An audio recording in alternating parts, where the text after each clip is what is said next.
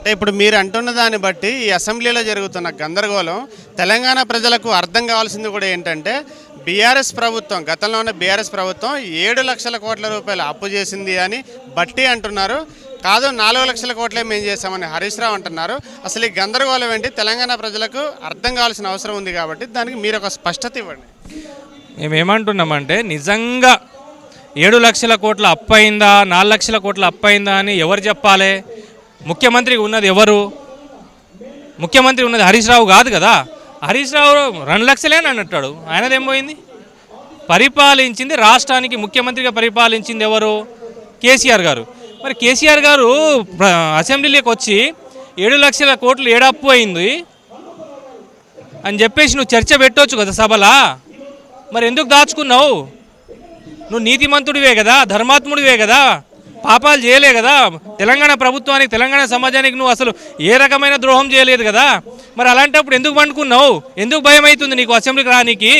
అంటే రేవంత్ రెడ్డి గారిని చూసినప్పుడు నీకు ఎందుకు వెన్నులో వణుకు పుడుతూ ఉందని అడుగుతా ఉన్నాం మేము. అంటే కేసీఆర్ భయపడ్డారా? అది ఖచ్చితంగా భయపడ్డారనే చెప్తున్నాం. నువ్వు భయపడకపోతే నువ్వు మొగనివైతే రా అసెంబ్లీలోకి వచ్చి మా రేవంత్ రెడ్డి గారితో పోరాడు, నువ్వు కొట్లాడు. నువ్వేం ముఖ్యమంత్రివి, నువ్వేం పరిపాలన చేసినావు, నాకంటే అద్భుతంగా ఏం పరిపాలించినావు మా ముఖ్యమంత్రిని ప్రశ్నించు కదా. మా ముఖ్యమంత్రి కూడా అదే ఆహ్వానిస్తుండు కదా. మరి నీకు ఎందుకు చేత కావట్లేదు? చీము నెత్తురు లేదా? చీము నెత్తురు లేదా? పులి వచ్చింది, పంజాయి శ్రీది ఇదే ఉంటుంది. ఆడ కూర్చొని పండుకొని తాగినప్పుడే వస్తుంది అది మాటలు. నువ్వు నిజంగా నికార్సైన నాయకుడివైతే, నికార్సైన లీడర్ అయితే నువ్వు ఎమ్మెల్యే గెలిచినావు. ఎమ్మెల్యే ఏడికి రావాలి? అసెంబ్లీలో రావాలా, ఫామ్ హౌస్లో పండుకోవాలా? మా ముఖ్యమంత్రిని ప్రశ్నించని చెప్తుండు కదా, మా ముఖ్యమంత్రి చెప్తుండు కదా నీకు. మరి ఎందుకు ఆగుతున్నావు నువ్వు? ఫార్ములా ఈ రేస్కి సంబంధించి కేటీఆర్ మీద ఏసీబీ కావచ్చు, ఈడీ కావచ్చు దర్యాప్తు చేస్తుంది, కేసులు నమోదు చేసింది. అంటే కేటీఆర్ని అరెస్ట్ చేసి జైలుకి పంపిస్తారా? అరెస్ట్ చేసి జైలుకు పంపిస్తామని చెప్పి మా ప్రభుత్వం ఎప్పుడు ఇక్కడ రేవంత్ రెడ్డి గారు కావచ్చు అసలు ఎక్కడ కూడా ఏడైనా స్టేట్మెంట్ ఇచ్చిండా? స్టేట్మెంట్ ఇవ్వలేదు కదా. నిజంగా నీ మీద అక్రమ కేసులు పెట్టి నిన్ను లోపల వేయాలి అనుకుంటే మేము వచ్చి సంవత్సరం అవుతుంది కదా. ఈ సంవత్సరంలో చాలా అక్రమాలు ఉన్నాయి. ఎన్నో అక్రమాలు చేసి మేము పెట్టి నిన్ను జైలుకి ఎప్పుడో పంపిస్తున్నాం. కానీ మాకు అవసరం లేదు. మేము అటువంటి లుచ్చా రాజకీయాలు చేయరు. మా రేవంత్ రెడ్డి గారు అలాంటి లుచ్చా రాజకీయాలు చేయడు. ఆయన ఒక కన్స్ట్రక్టివ్గా, ఒక ప్రీ ప్లానుడ్గా ఈ తెలంగాణ సమాజాన్ని అద్భుతంగా తీర్చిదిద్ది నా యొక్క మార్క్ ఏందో చూపించాలని చెప్పి ఆయన యొక్క లక్ష్యం తప్ప ఈ చిల్లరగా మీదనో కేసులు పెట్టి ఆయన ఏం హీరో కాలేడు. చట్టం అనేది లీగల్గా ఏం యాక్షన్ తీసుకోవాలో అది ఏసీబీ, ఈడీ అనేది సెంట్రల్ గవర్నమెంట్, ఏసీబీ ఎంక్వైరీ చేస్తుంది, విచారణ చేస్తుంది. దాంట్లో వాస్తవాలు ఏంది అవాస్తవాలు ఏంది అనేది ఒక లీగల్ ప్రొసీజర్గా వెళ్తుంది తప్ప ఎట్లా పడితే అట్లా పోయి కేసులు పెడతాను అంటే అవుతుందా? ఏ కోర్టు న్యాయస్థానం కొట్టేస్తుంది కదా. మరి నువ్వు హైకోర్టులో పోయినావు ఒక మొగోని లెక్క. మరి హైకోర్టు ఎందుకు నీకు ముట్టికాయలు పెట్టింది? అరే నేను అరెస్ట్ చేసుకో, నేను తప్పు చేస్తే నేను దేనికైనా సిద్ధం అన్నట్టునివి. మరి హైకోర్టుకి ఎందుకు పోయినావు భయ్? నువ్వు నీకు భయమే లేదు కదా. హైకోర్టుకి ఎందుకు పోయినావు? నువ్వు నిజాయితీ పరుడేవే కదా. ఛార్జ్షీట్ వేసినప్పుడు లేకపోతే నీకు నిజంగా నీకు రిమాండ్ చేసే అవకాశాలు ఉన్నప్పుడు రిమాండ్ అవుతావు, అప్పుడు నువ్వు కొట్లాడుకో. అంతేగాని కేవలం ఏదో భయం అనేది అరెస్ట్ చేసుకోపోయి అంటే నువ్వు చేసుకో అంటే ఎవడు చేసుకోడు. ఆడ న్యాయబద్ధంగా ఏమున్నదో చట్టం తన పని తాను చేసుకుంటా పోతుంది. కానీ ప్రతి దాంట్లో రేవంత్ రెడ్డి గారిని బ్లేమ్ చేయడం తప్ప వీళ్ళకి వచ్చే నీకు ఏమీ లేదు. కేవలం ఏదో మేమే హీరోలమని తెప్పించుకోవడం తప్ప. నువ్వు దొంగవు కాబట్టి దొంగ ఉన్నప్పుడు కేసులు పెడతారు, నువ్వు దొంగవు కానప్పుడు నువ్వు నిరూపించుకో, అయిపోతుంది. అంటే ఫార్ములా ఈ రేస్కి సంబంధించి అసలు కేటీఆర్ చేసిన అవినీతి ఏంటనేది ప్రజలకు తెలియజేయండి మీ మాట. అంటే అవినీతి ఏంటంటే ఈయన సొంత అకౌంట్ల నుండి ట్రాన్స్ఫర్ చేయడానికి నీకు రూల్కి అగైనెస్ట్గా చేసినావు కాబట్టే నీకు కేసు పెట్టారు. అది కూడా న్యాయబద్ధంగా. మేమేమో నీ అయ్య చేసినంత రూడ్గా దొరల పాలన లెక్క నీ అడ్డగోలుగా పోయి బెడ్రూమ్లలో పోయి దూరిపోయి రేవంత్ రెడ్డి గారిని అరెస్ట్ చేసినట్టు తప్పుడు కేసు చేసినట్టు చేయలే. నువ్వు ఒక ఎమ్మెల్యేవు కాబట్టి గవర్నర్ గారి ఆమోదం తీసుకొనే యాజ్ పర్ లానే మేము పోతున్నాం. నువ్వు చేసిన అవినీతి ఏందనంటే నువ్వు ఫార్ములా రేస్ అనేది మనం అప్పుడు కొన్ని క్లిప్స్ చూసుకుంటే యూట్యూబ్లలో ఆడ పెట్టేసి అక్కడ ఉన్న జనాలు ఎంత ఇబ్బంది పడ్డారో. ఫార్ములా రేస్ అనేది సిటీ అవుట్కట్స్లో పెట్టుకోవాలని చెప్పారు. మాకు అసలు ప్రజలు కూడా మాకు ఎలాంటి ఇబ్బంది కలిగిందని ఎక్కడా చెప్పలేదని చెప్పేసి నిన్న స్టేట్మెంట్లో చెప్పిండు ఆయన. క్లియర్గా ఉన్నది, మనం యూట్యూబ్లో చేసుకుంటే ఎంత తిట్టిండో. అరే నాయన నువ్వు పోయి నీ ఫార్మ్ అవుట్కట్స్లో పెట్టుకోవాలి, కానీ మా పబ్లిక్ రోడ్లన్నీ ఆ నెక్లెస్ రోడ్ చుట్టూ రోడ్లన్నీ బ్లాక్ చేసేసి సామాన్య ప్రజలు ఎంత ఇబ్బందికి గురయ్యారు అప్పుడు. అవి మనం న్యూస్లలో చూసినా ఉన్నాం. ఈయనే వాస్తవంగా నిజంగా నువ్వు అధికార దుర్వినియోగం పడ్డావు కాబట్టే న్యాయపరంగా నీ మీద కేసు నమోదై ప్రభుత్వ ధనాన్ని నువ్వు దుర్వినియోగం చేయడానికి నువ్వు ఎవరి వరుసలు?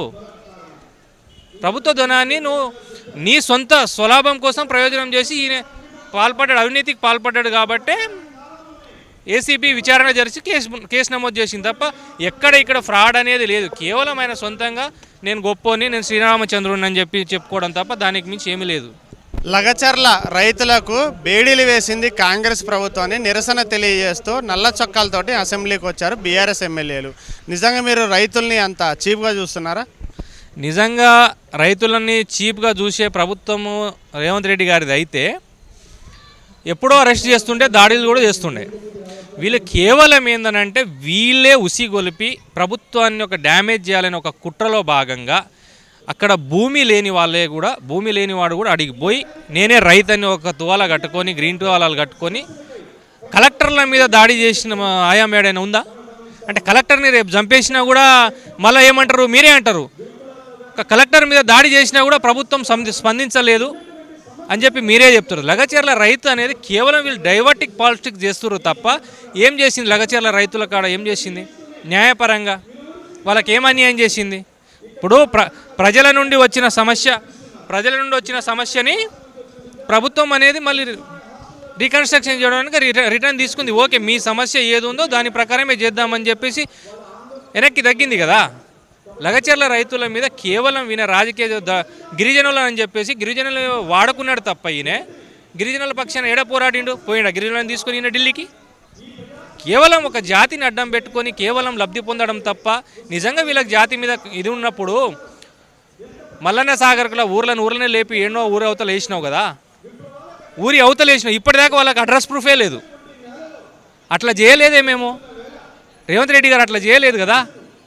అంటే కేవలం వీళ్ళు ఏందనంటే మేమే కరెక్టు, మాకంట గొప్పగా పాలించేటోళ్ళు ఎవరు లేరు తెలంగాణలో అని చెప్పేసి కేవలం ప్రజలను మభ్యపెట్టడం తప్ప నిజంగా వీళ్ళకి ప్రజల పట్ల చిత్తశుద్ధి లేనే లేదు.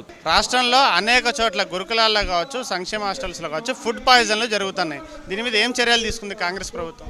ఇప్పుడు ఎవరైతే వాళ్ళు నిజంగా ఫుడ్ పాయిజన్ చేసి ఎవరైతే దానికి కారకులు ఉన్నారో వాళ్ళపైన ఖచ్చితంగా కఠినమైన చర్యలు తీసుకుంటామని నేరుగా ముఖ్యమంత్రి గారే చెప్పడం జరిగింది. వాళ్ళకి నాణ్యమైన భోజనాలు పెట్టాలని చెప్పేసి మెస్ ఛార్జీలు కానీ ఇతర సమస్యలపైన ఉన్న అన్నిటిపైన వాళ్ళని మెస్ ఛార్జీలు కూడా పెంచడం జరిగింది. ఇంకా వీళ్ళు ఎక్కడో ఒక కాడ జరుగుతారు కావాలని చేస్తారు తప్ప ప్రభుత్వం అయితే వందల చోట్ల 100 డేగకాన్లు పెట్టి చేయదు కదా. ఎవరైతే తప్పు చేస్తారో వాళ్ళని ఖచ్చితంగా వాళ్ళపైన కఠిన శిక్షలు ఉంటాయి. ప్రతి సంక్షేమ హాస్టల్లో ప్రతి కాన్స్టిట్యున్సీలో సంబంధిత హాస్టల్లో ఉన్న ఎమ్మెల్యేలు కావచ్చు, మినిస్టర్స్ కావచ్చు వెళ్తూరు తనిఖీ చేస్తూ ఉన్నారు. ఎక్కడైతే నిజంగా ఇట్లా చేస్తారో అది ప్రభుత్వం దృష్టికి తీసుకుంటే ప్రభుత్వం ఖచ్చితంగా వాళ్ళపైన కఠినమైన చర్యలు తీసుకుంటామని ముఖ్యమంత్రి గారే చెప్పడం కదా. దానివల్ల ఇంకా మనం ఇంకా అంతకంటే గొప్పగా ప్రేమ ఏం చూపిస్తుంది ప్రభుత్వము? వీళ్ళు ఎక్కడో జరిగేదాన్ని కేవలం వీళ్ళ స్వప్రయోజనాలకు వాడుకోవడానికే చేస్తారు. అది నిజంగా ఇది ఉన్నప్పుడు ఖచ్చితంగా చేస్తూ ఉన్నారు కదా. మంచి ఇప్పుడు మెను కూడా చేంజ్ చేసింది గత ప్రభుత్వంలో. నువ్వు తీసుకున్నావా? ఎవరైనా పోయిర్రా వీళ్ళు సంక్షేమ హాస్టల్లో? విద్యార్థుల పట్ల కనీసం వాళ్ళు ఎలాంటి భోజనం తింటారు, వాళ్ళకున్న సౌకర్యాలు ఏంది నేను ఎక్కడైనా ప్రశ్నించిర్రా? వీళ్ళు వెళ్ళిరా? ఎక్కడైనా పరామర్శించడానికి పోయిర్రా? ఏనాడైనా ఏ హాస్టల్ అయినా తనిఖీలు చేసిర్రా వీళ్ళ ముఖానికి? అంటే రాత్రికి రాత్రే 24 గంటల్లోనే అద్భుతం చేయాలంటే ఎవడు చేయలేడు. అది గమనించాలి. వాస్తవాలు ఏముందో అక్కడ ఎక్కడైనా సమస్యలు ఉన్నప్పుడు రాత్రికి రాత్రి 24 గంటల్లో ఏ ముఖ్యమంత్రి చేయలేరబ్బా. నువ్వు చేయలేవు, నేను చేయలే, ఎంత మేధావి వచ్చినా చేయలేరు.